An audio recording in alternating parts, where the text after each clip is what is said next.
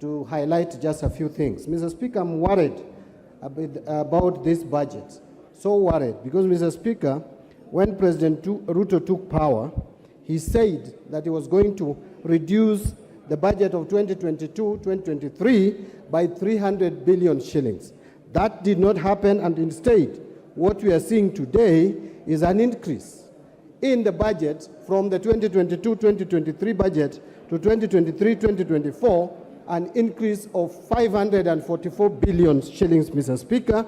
The total budget is rising from 3,055 billion to a total of 3,599 billion, Mr. Speaker. That is without considering the debt rollover.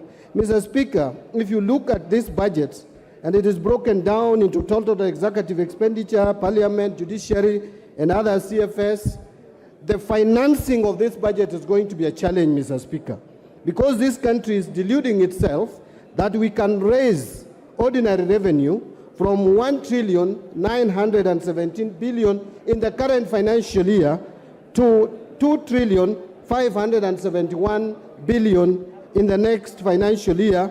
That is an increase of 653 billion shillings, Mr. Speaker.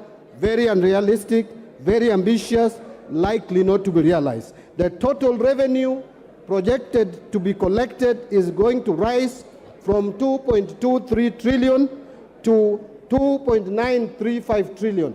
That's an additional 705 billion. Even with the crazy taxation measures that have been proposed in this House, you can still not realize an increase in collection of revenue to the tune of 700 billion in one single financial year.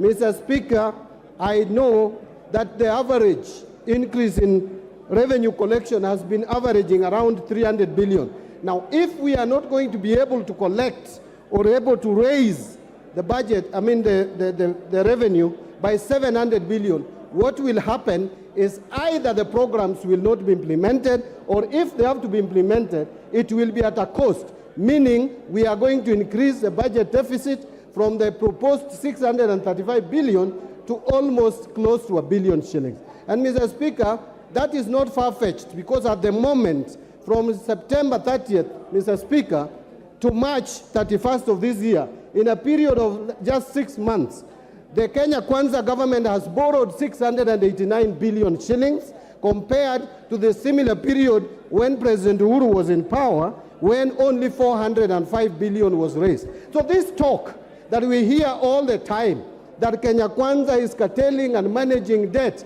it is just hypocritical, it is theoretical, but the actual fact is that Kenya Kwanza is borrowing monies more than what President Kenyatta did borrow. And so we are headed into a situation where this country is going to face financial distress, Mr. Speaker.